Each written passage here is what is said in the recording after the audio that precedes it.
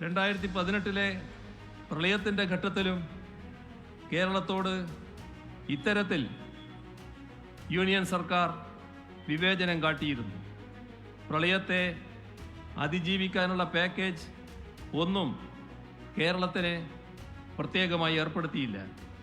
പ്രളയഘട്ടത്തിൽ നടത്തപ്പെട്ട ദുരിതാശ്വാസ പ്രവർത്തനങ്ങൾക്ക് നിർബന്ധപൂർവം പണം ഈടാക്കി. ആ ഘട്ടത്തിൽ ലഭ്യമാക്കിയ ഭക്ഷ്യധാന്യങ്ങൾക്ക് വരെ പണം പിടിച്ചുപറിച്ചു.